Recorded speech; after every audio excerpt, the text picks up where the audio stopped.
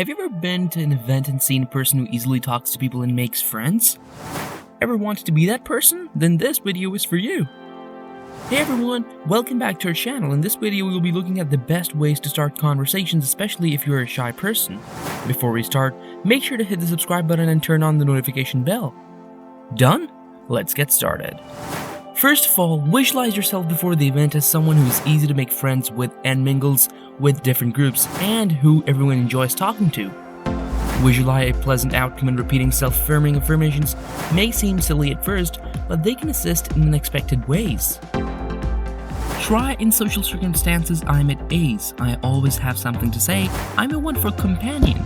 People enjoy conversing with me, and I enjoy conversing with them. You will feel more confidence if you act as if you are confident. Don't put too much strain on yourself. Keep in mind that throughout a conversation you do not need to impress or even entertain the other person. All you have to do is express genuine interest in people. When you concentrate your attention on someone else, you're making that person feel significant and accepted, which can help everyone feel more calm and at ease. Emphasize the importance of the other person. When you're stumped for words, turn your attention away from yourself. Focus on what you could say to your conversational partner that will brighten their day instead of worrying about what you're worried about. Good friends are considerate, caring, and encouraging. Make a happy face. We make dialogue more difficult than it needs to be at times. To get started, all you need is a genuine smile and a willingness to listen. Say hello first rather than waiting for someone to say hello and draw into a conversation. You can lead the conversation in whatever direction you want if you start it. Giving someone a genuine compliment is one method to do this. Make a remark about something they're wearing and then follow up with an inquiry about it. Or simply ask, what do you enjoy doing just for fun? People enjoy discussing their interests. Listen attentively.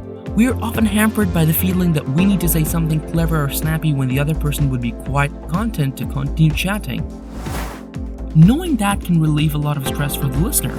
Make inquiries. A discussion requires a mix of speaking and listening, but you can take some time to ease into each one if necessary. After you've gotten to feel the other person a little better, you might feel more comfortable expressing your own thoughts and tales. If you aren't ready to participate in the conversation yet, encourage the other person to do so. If you've got, it's fine to admit that you're a bashful person. When I'm in situations like these, I sometimes feel a little shy at first, for example, as an icebreaker. People will appreciate your candor if they know you're feeling this way, and they'll realize that if you're quiet or unsure what to say, you're not uninterested in what they have to say. You're simply shy. Visualize yourself with someone with whom you're at ease. Consider how you act when you're with someone with whom you're completely at ease. What would you do if you were alone with them? Now apply that sense of safety and comfort to your current position. Accept that you will not get along with everyone. As your interactions progress, you will undoubtedly encounter people with whom you do not love conversing and who you believe do not really enjoy conversing with you.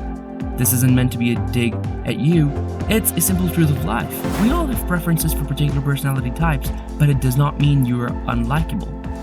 Be open to interacting with everyone. Gravitate toward people who make you feel at ease and make dialogue easier.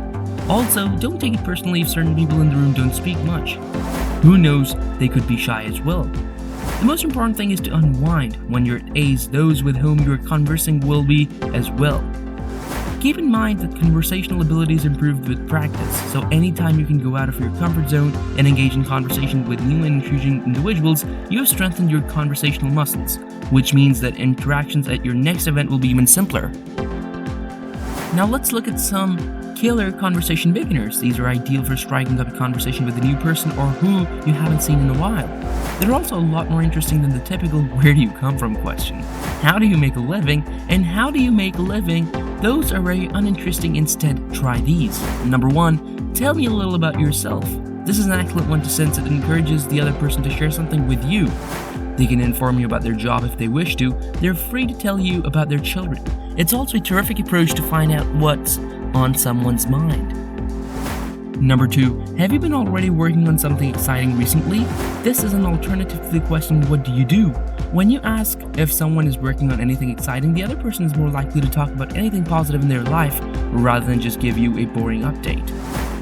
Number 3, so what's your back history? This is a fun conversation opener since it invites someone to tell you a tale about themselves, and you never know what kind of amazing story they'll tell you. Number 4, what are you working on right now as a personal passion project? This is a personal favorite of mine. You never know what a person's secret side hustle is.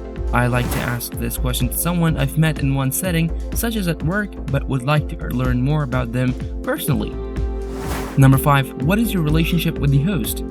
This one may be tailored to any occasion. If you're at a party, chances are you'll recognize the host. You can change it to how long have you been a member of this organization, if you're at a networking or professional event. Number 6, what was the most memorable part of your day today? This is a fun alternative to asking how are you because it generates more intriguing responses. Number 7, what was your week's high point instead of asking how are you or how's it going? This is a nice question to ask. It encourages people to share a positive narrative rather than merely responding with fine or good.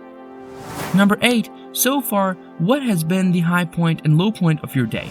If you have a talker, this is an excellent option. If you're conversing with an extrovert, asking them things to ponder and expand on can pique their interest. This is a question that extroverts adore. Number 9, has this been a particularly hectic period for you? It is not always good to inquire about people's schedule, but it is good to do so when they appear to be distracted or uninterested. Acknowledging their baselessness can sometimes be enough to draw them in. Number 10, how's that cocktail, food, artwork, or game coming along? One of the most effective methods is to inquire about whatever someone is carrying or doing. Inquire about their selections. Inquire if they enjoy the piece of art they're looking at. These are simple to use openers. Number 11, are you having a good time? Looking for someone who is alone in themselves yet appears to having a good time is a great way to start a cold approach. It's simple to sit next to someone at a table or stand next to someone at the bar party to inquire, are you having fun or are you having fun? It's a nicer start than simply asking how are you. Why not get a little more personal? Let's look at a few phrases that can be used to keep your conversations going. Number 1, what are your plans for the weekend? Have you ever encountered an awkward pause in a conversation? This is a great approach to start a conversation. If it's a Monday or Tuesday, you can change it to, did you have any fun over the weekend? What's your favorite weekend activity? Can also be asked occasionally. Number 2, what are some of your favorite diners in the area? Almost every time we ask for personal recommendations, we get a negative response. There are terrific ways to start a conversation. Why? You always get fantastic advice. You can also discuss where someone comes from if they don't have an answer because they're new to the city. Win-win. All these are great to start and maintain a conversation, but if any chance you are not getting talking vibes from a person or they're just uncomfortable, take the hint and say bye. With that, we've come to the end of the video. If you found it interesting, make sure to hit the like button and let us know your thoughts in the comment section below.